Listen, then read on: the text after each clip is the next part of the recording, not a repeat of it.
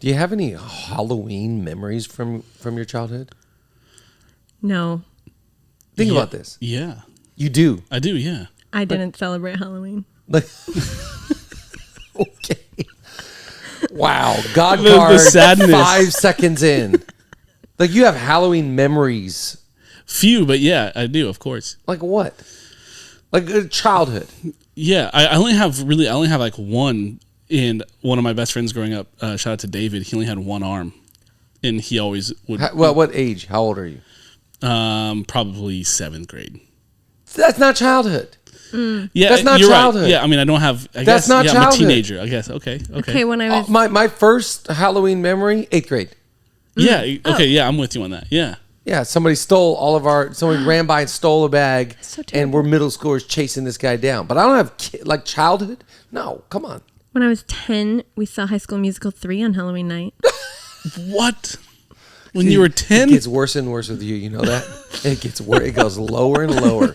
The further we go into this thing, it's worse. You learn more, and it's worse than suspected. More disappointed. Exactly. Oh my gosh. I'm not prepared for that. I cannot. How do I recover from that? My thing is, okay, today we're recording the pod. It's Halloween today. My boys are in costumes for candy today. Then I got to remember a thing. Yeah. There's no memory of this. Christmas is the ultimate because you remember Christmas morning. I have Christmas memories. But as big of a day as today is in America, no one's going to remember. Thanksgiving, though? I have Thanksgiving memories, absolutely. You're right. But I have childhood Thanksgiving memories as far as the day is long. Halloween just gets eaten by these things. Yeah, what is it the candy that erases the memory of the day? Wow. Because I remember Halloween night, even though I wasn't celebrating for a lot of years. I remember, hold on. I remember trunk or treat at my dad's church, and I remember his chili cook-offs. Yeah. But I do not remember this Devil's Day. I do not remember this demonic celebration. You heathen, pagan. You guys aren't leaders. Not You're followers. She's never. Yeah. My hands are clean. It's Red 40. That's what it's. Red 40. What's that? You haven't heard about this? It's this ingredient that's in everything, but it's really bad for you. So it just became illegal in California. I just figured it out, and yes, I did. Now Skittles, I know what you're talking all that about. stuff. Yeah, it's Red 40, and you know what? We're anti. We're anti-Red 40, and we're anti anything evil. We're leaders. We're not followers. Let's get into it.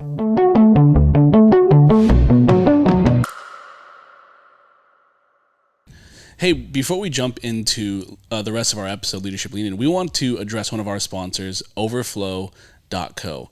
And Overflow, it has completely revolutionized the way that people can give to an organization. They can donate. They don't just take cash or debit or credit, all that, but they really empower people to give in all sorts of different ways and assets, crypto, stock, creative assets, and they make it easy. We just had our Zoe Gala, and people were able to give using Overflow in ways that were simple, quick, and easy.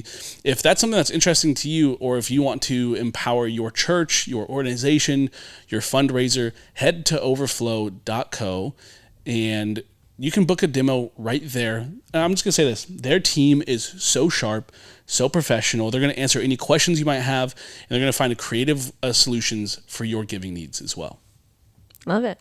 Let's jump back in to Leadership Lean In. Oh, welcome everybody to another episode of Leadership Lean In. We are going to jump in. We got a fantastic conversation coming. Nate Dogg, great to have you back. Thank you. Your fill-in, he was terrific, but it's just not the same. No. As the nation responded, as the comments, what happened to Nate? Where did he go? Yeah. Okay, to clarify, we didn't get any of that. Yeah, I'm like, what? But it would have been great if we did. Yeah. I'm kidding. It's great to have you back, Nate. And thank you to everybody that subscribes and likes and comments. We are a nation of leaders. Someone call us leaners. They would. We lean in. What's our common denominator? What do we all have in common? We all love leadership. We do. We all love talking about it. The one thing we all have in common is we love leadership. We love leaders. We love learning. And I think that's so fun. Isn't it fun to learn? Yeah, so fun. Once someone did comment and say that we have their 3-year-old in the back seat chanting "lean back." Oh, So that's pretty good. wow. Just when you thought you weren't making an impact. If we could get some people as leaners for their costumes, I don't know what that would look like. Oh, What wow. would that look like? Well, by the time this comes out, it will be have come and gone. We're going to get some DMs. We'll see. Yeah. But maybe next year. I have had a few people through the years tag me in photos that they, That they were you? Yeah. Not under the pod or the nation leadership. More the other side of my life, the preacher The side, church. the other side of your life, bro. Get out of here. The other side of your life. But yeah. Anyways, we're excited. We're gonna jump right in. Thank you to our sponsor, Overflow, big time partner of ours. Shout out to my little sister, and shout out to Vance and everybody. By the way, Vance, what I love about Vance from Overflow, he's 253 guy. Yeah. Come on, man. UW 253 forever. Yeah. UW ranked 5th in the country. We got USC on Saturday night, 4:00. I'm going to the game, baby. I'm going to the game. Wow. I'm going to the game. I cannot wait. Let's go, Husky Nation. I'm so fired up. Husky football is my number one sports passion. Number one. Oh, it is. By far. It's the thing I love the most. Yeah, and praise God we're doing good. And we're 5th in the country. Haven't played good the last 3 weeks, but oh well, we're still 8-0. Okay. Let's jump in to today. I want to talk to you today. A great leader is fill in the blank. ... I like that. A great leader is, and I want to just convince all the leaners out there to go for great. There's a friend of ours, Coach Sean Shell. Shout out to Coach Sean. He helps our boys. He's a basketball trainer. And his basketball brand is called Be Great. BGR numeric 8. Be Great. And at the end of his emails, he just emailed us about this event coming up. At the end of his emails, he signs off, remember, the enemy of greatness is good. So good. I just love that. We're not trying to be good leaders. We're trying to be great. That's right. I think you should always try and go for a greater impact and having greater influence. If you do this, if you want greater impact and greater influence, you want to be great. By the way, in order for you to make an impact, I think you have to have an influence. Yeah, I was going to say, how do you differentiate between impact and influence? Well, let's talk about a leaner, okay? Let's say someone here is a coach of a team, and this podcast has made an impact on their life. I cannot have had the opportunity to make that impact without the influence. I love that. So your impact is is what you do with your influence. That's exactly right. Great. And you can impact people. You need more of both. Yeah, you need more of both. But you can't even have a shot at impact. That's why I always think, look at influence, study influence, see how you can gain more influence. That's right. Don't go for virality. Yeah. Trying to be a flash in the pan. Yep. This instant success. I think influence is gained over a long period of time, over people understanding your life. Oh, wow, you've been consistent and faithful. You gain influence not over like being an internet plant. That's kind of big in our language today. Just because we know you doesn't mean you're influential. Hello. And that's the difference to me between being famous and being infamous. So you need to have the ability to have influence so that you can, man, what a privilege. That's leadership, to make an impact. So, by the way, leadership is the greatest felt need in the world. That's why we spend so much time on it, because our country needs leadership. Yeah. Our states, our cities, our organizations, our homes need leadership. And we subscribe to a man named Jesus, but also to a man named John, last name Maxwell. Everything rises and falls on leadership. And he says, everything, just hit the button for me, come on. Everything rises and falls on You leadership. all may be taking the week off, Never but get I'm tired not. of that. There It it gets is. lower Hit every me time. with the Saban real fast, because it's been a couple episodes. You all may be taking the week off, but I'm not. But I'm not. Nope. You know that Nick Saban eats Hostess every morning for breakfast? Have I mentioned this? Yes. It's just a bizarre thing. I know someone else who does that too. Okay, and they're probably sick. I think his Yes, whole they thing are. is at his bedside. Like, my gosh. I remember hearing about it. Like, it was like, it's just unbelievable. But going back to John, everything rises and falls on leadership. So if you see a team doing well and you see something with momentum and with strength, it's because there's great leaders. And if you see something failing and falling and discord and disarray, it's because of leadership. And that's the great thing about being a leader, is knowing that I have some control here. That's right. I can't control everything, but I can control some things. That's right. And so I want to just talk today about being a great leader. Don't be a good leader. Good is the enemy of great. Don't settle for good when you have the potential to be great. Leaner, you are great. Oh gosh. Has anybody told you recently how great you are? Has anybody just looked you in the eye and said, you are great at what you do? Because you are. The fact that you're listening to this podcast means you care about your leadership. Amen. And I want to convince you. Oh, I got an amen. Let's go. It's my new thing. I like it. I like it. Yeah. I want a keyboard player Great. when you hit it. But when you want to be great, I love that decision. I want to give you a few things. A great leader is, number one, focused. And we talk about this often. The weapons of mass distraction. You cannot be great and have a swivel on your head. You cannot be great and be distracted by many things. You've got to be singular. You got to be focused. Do not look to the right or to your left. Keep your eye straight in front of you. What you are building requires your eye on the ball. that's right. Yeah. Major focus, major intentionality. A great leader, write down number 2, is disciplined. So focus and discipline. I like that. The ability to have great disciplines in myself. I'm not sleeping in and sleeping till however late I want. I'm not eating whatever I want, doing whatever I want. No, if you get around great leaders, they all have this one thing in common. They have the ability to tap into disciplines. Yeah. And they're hyper focused on what they're doing. There's this focus component. And by the way, crack your own code in your leadership on when you bring your focus in. Yeah. You know, recently I was in Missouri and we were laughing with John Lindell, one of the great leaders. Are you kidding me? Great leader. And his sons and I were laughing about Starbucks. We can go to Starbucks and study because we like all the distraction and the noise and the coffee making and the people movement. And his generation, they didn't grow up working at Starbucks. We go to a coffee shop and we're good. Actually, I have to have that. I need it's a bunch my of white movement. noise. Yeah. Exactly. And so whatever allows you, morning or night, find your focus and increase your disciplines. You will not do well with indulgence. Right. Satisfying the cravings of, your flesh or whatever you want. No, you're going to be great off discipline. It just requires great discipline. I just go back always to that hat that LeBron used to wear. There is no magic pill. You got to put in the work. You got to be focused. You got to be disciplined. Number 3, you got to be humble. You just cannot be a great leader and be cocky, arrogant, conceited, proud, into yourself. No one will follow a leader like that. They just can't. They won't. They refuse to do it because how can they follow somebody that makes them sick? You can't follow somebody you're just like, I cannot believe that this is all about you and you won't listen to anybody. That's why I do think it's all about when you're humble, you're teachable. Yeah. When you're humble, you're inquisitive.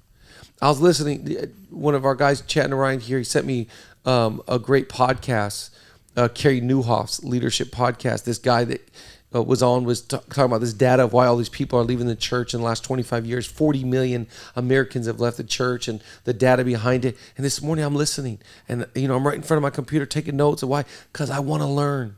You can't learn and be proud. Yeah. Humility allows that teachable spirit, that quest, that craving, that desire to grow, get insight, get revelation, get knowledge, get understanding, get better. Yeah. Yeah. Humility is such a weird thing because it can't be measured by its own scale. Like if you're like, man, I remember meeting with a young leader one time. I said, what's something you feel like you're doing well in? He goes, I feel like I'm really humble.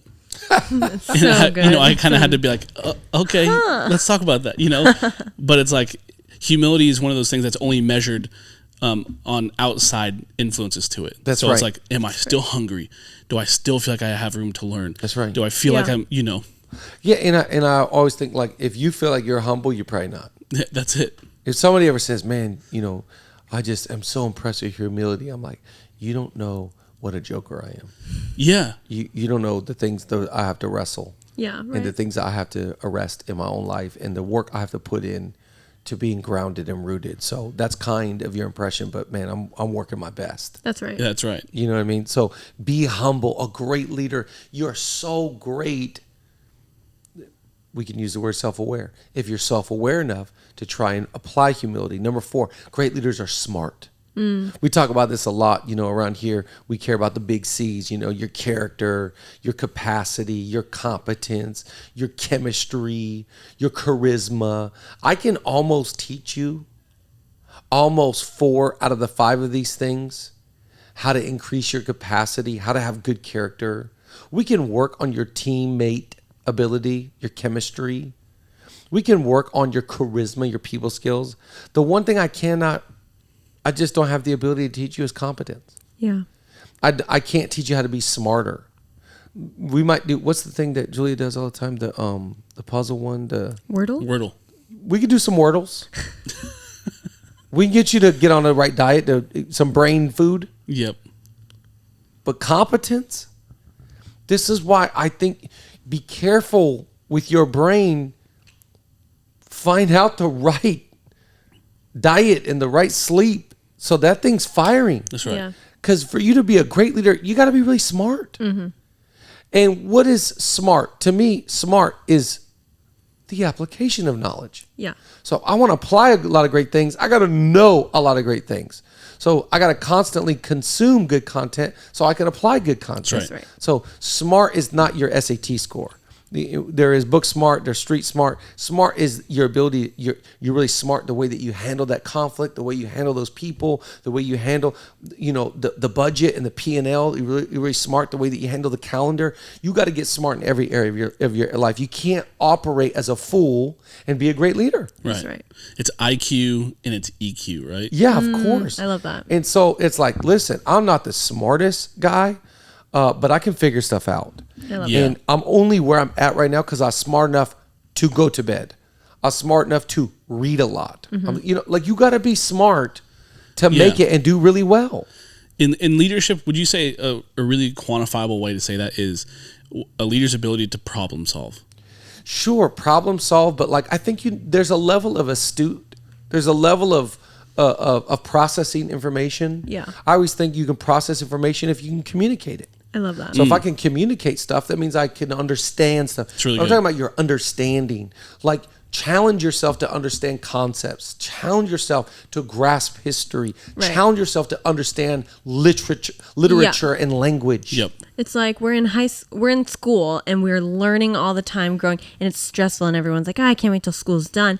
But you get out of that rhythm and you realize that your brain can get out of that rhythm of processing information, learning right. information, taking That's in. right. So it's you can still give yourself little homeworks. Yeah. Leaners. And by the way, if you're this is such a cliche saying, but let me say it again.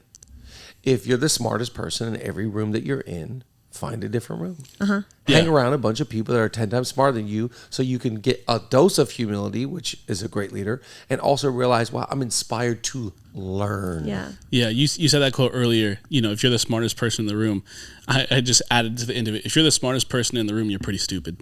Yeah. Exactly. Honestly. That's exactly right, because you would be amazed at what real intellect and what real genius looks like. Yeah. The next one, a great leader is reproducing.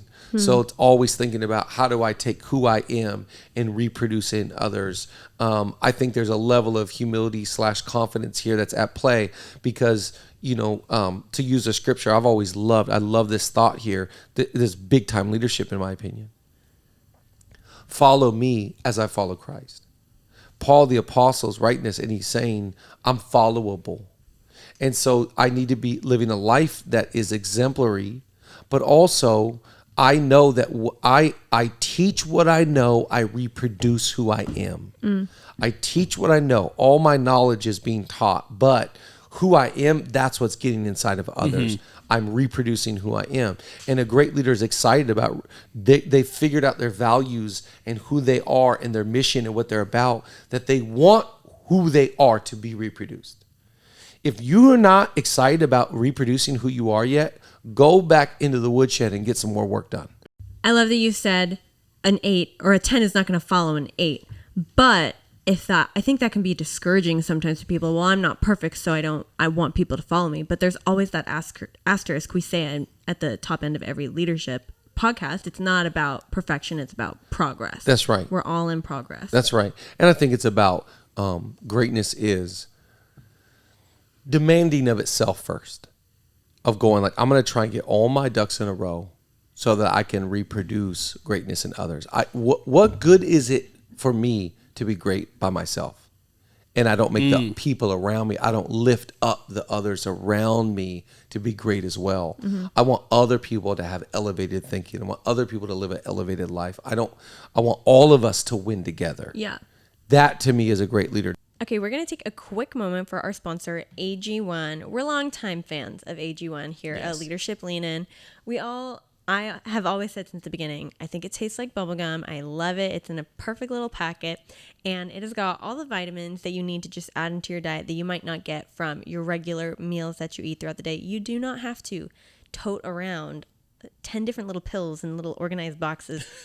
It's going to simplify all of that for your life, make you feel great, add to your focus, add to your energy levels.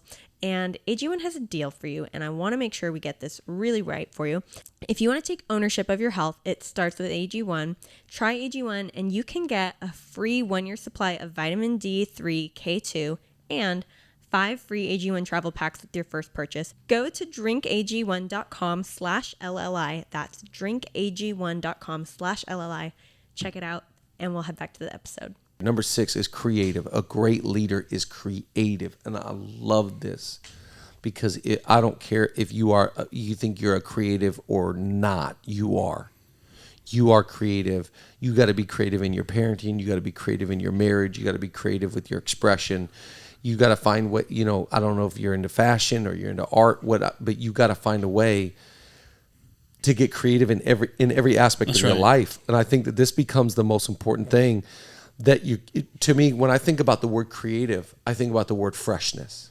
It's fresh. I like that. It's different. It's exciting. It's not just rote, routine, discipline, focus, blah, blah, blah, blah, blah. It's like, no, we're also, what's a creative way to build a team Innovative. together? Innovative.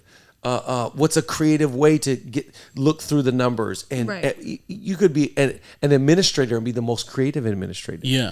Administrator. It's not about design, films, and sound. It's also about taking what you do and being innovative within that context of going like, I'm always challenging. What's a better way to do it? Yep. What's a more fun way to do it? Because I think, like, to me, some of my favorite leaders are all creatives, because it's like, wow, how did you think of that? How did you come up with that? That is such a cool a clever way to say that, a clever way to think about that. And I think that when you get there and you start challenging yourself to be a creative, I love this. This last year we went to this event with Stephen Furtick in Charlotte, and he called every person that attended this the lead creative. I love that. Everyone, I want you to be convinced that you are the lead creative on your team. There's no one more creative than you. And I like that as a leader, just having the thought that, I have the ability. I've been given a pass. I have the freedom to create. I don't just go to people that I think are naturally creative and go, what do you guys got? I can be involved. That's right. In finding creative solutions, finding creative ideas. And what do they say? The math of collaboration is multiplication. So good. Mm-hmm. So when I start getting around other creatives and we create together, the sky is the limit. Yeah. So I think great leaders, you find it all throughout leadership. Look, John Maxwell, all these books that he's written, Nick Saban, all these plays that he's come up with, Simon Sinek, Get Out of Here, all these people. We can go on and on. Oh, yeah, that's right. It's because they created something. They created a community. They created great language.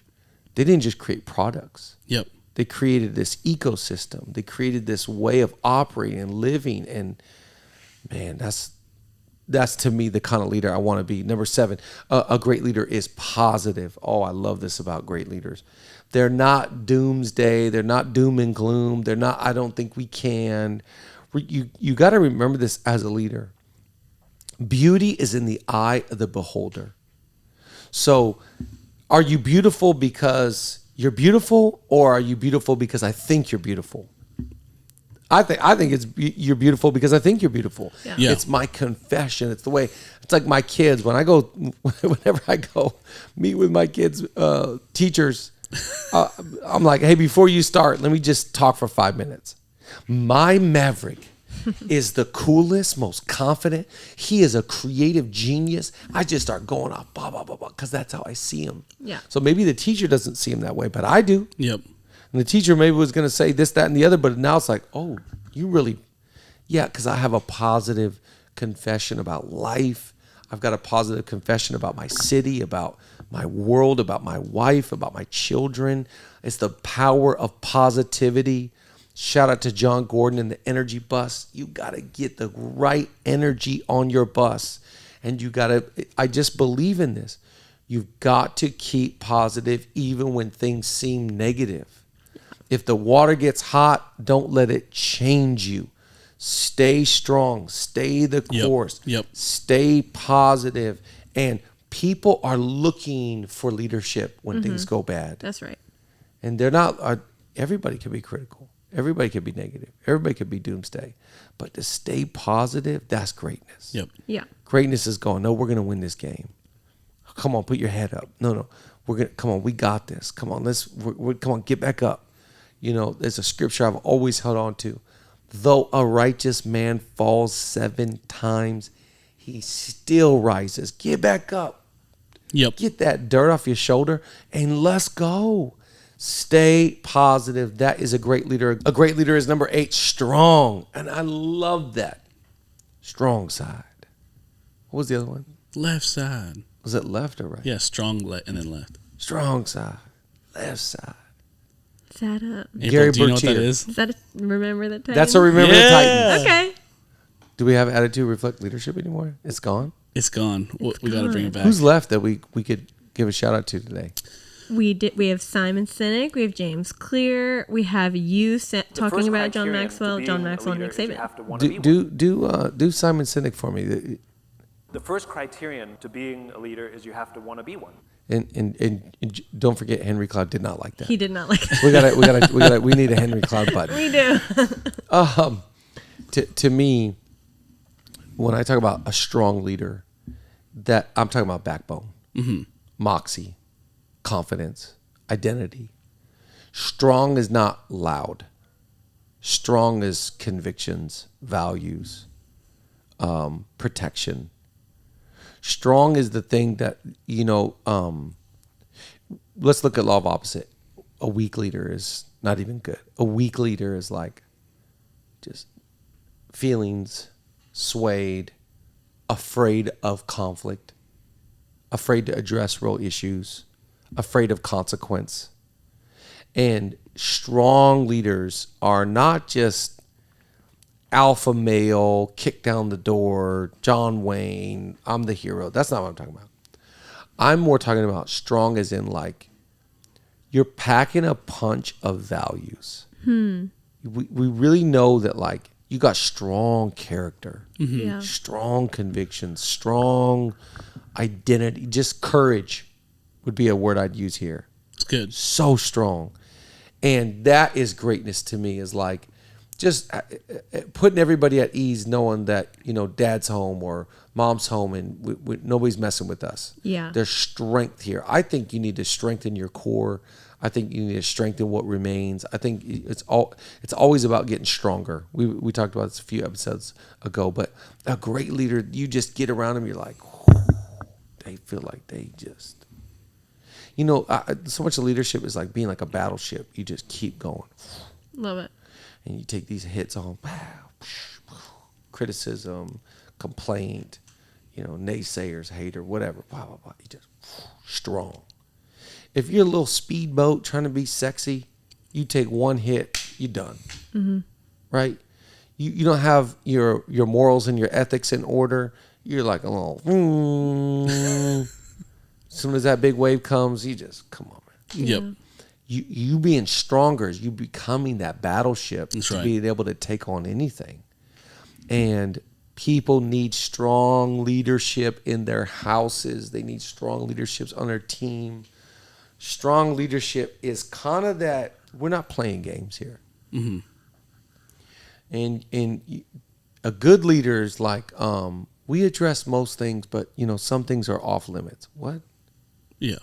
No, you make the bed you lie in. Yeah. And whatever you're willing to tolerate, you're willing to live with. Strong leaders know their values and know their vision and know their mission, and they're not willing to live with anything that doesn't look like what they're after. And so you need strong leadership. 2 more. Number 9, persuasive. I like this one because a great leader is winsome. Yeah. Mm-hmm. Can get people that they didn't want to do something, but now because this person was so persuasive, they did something. Right. Can I just say, we're not talking about manipulation. I was just going to say. Well, we're talking about your ability to make a case. I think you should be great at manipulating. I'm kidding. It's like, we were both sitting here like. Which button do I press? Like side eye. What I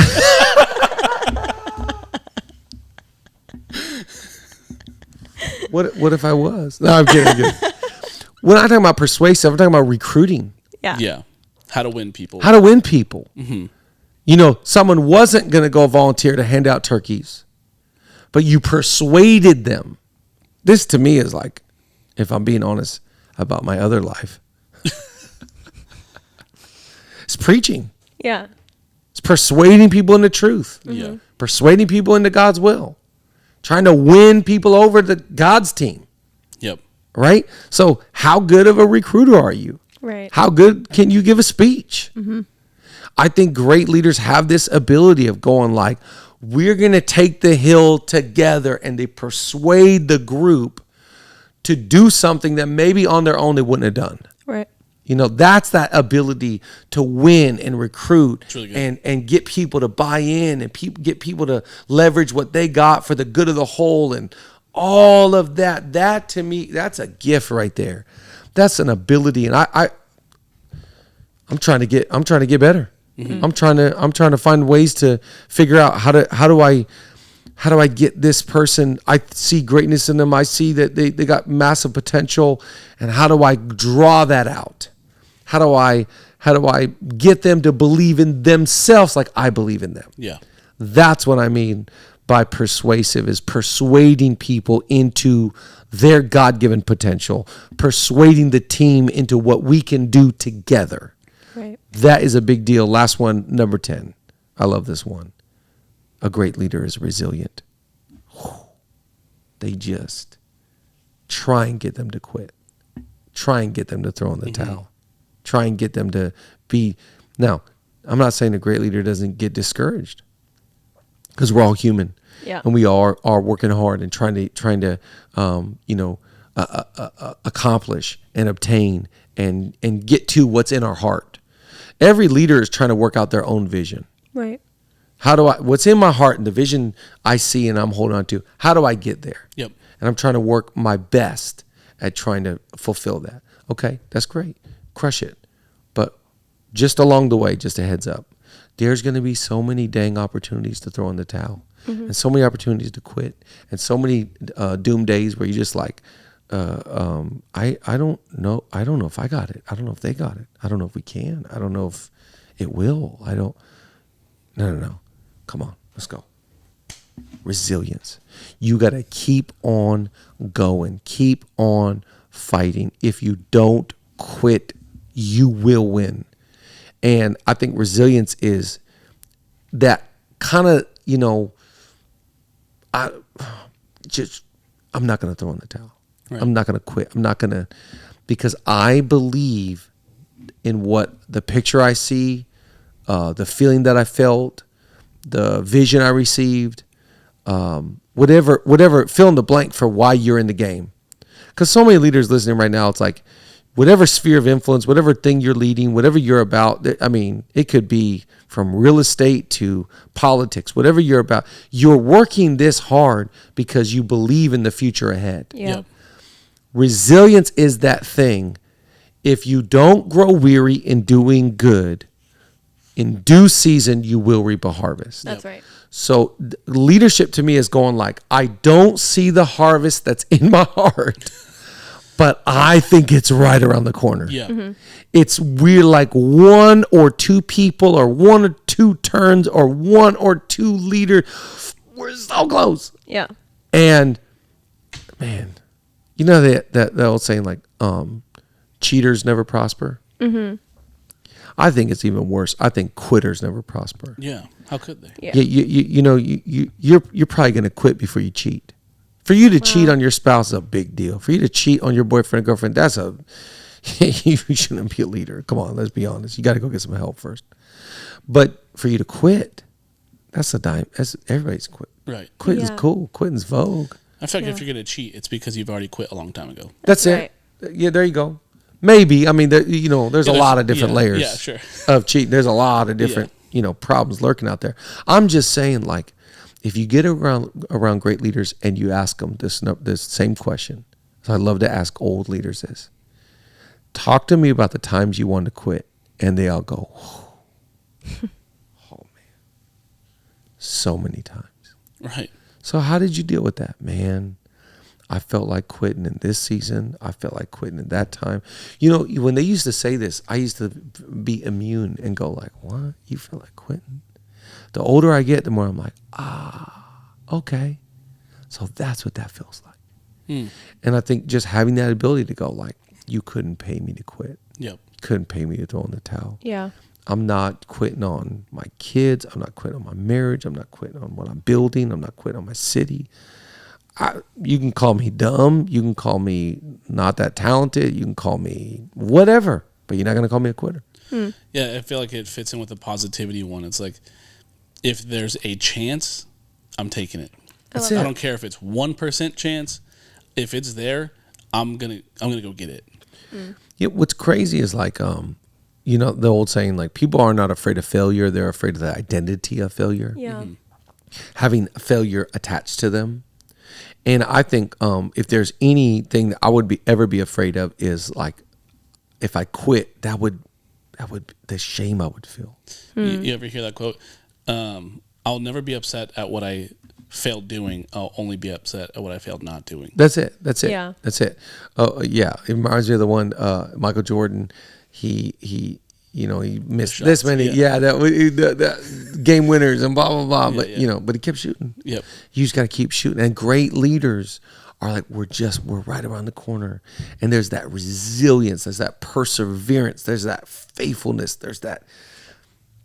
It takes so much grit to be a leader. Mm-hmm. It takes so much determination, so much ability of just going like, I don't care. I don't go by what I see and I don't go by what I feel. I go by my calling and what's in my heart.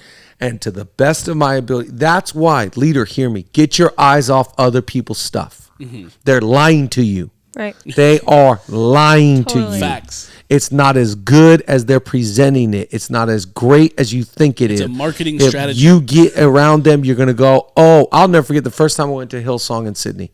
I went to Hillsong in Sydney and preached at Hills on a Sunday, and I thought, wait a second. This is just church. Yeah. Yeah. Wait, hold on. You're telling me that your graphics guy is late on the lyrics sometimes too? You're telling me you have Wi-Fi issues too? Like it's another leadership quote. I think this one's Michael Jordan. Maybe it's Michael Jordan. Everybody puts on their underwear the same way, one leg at a time.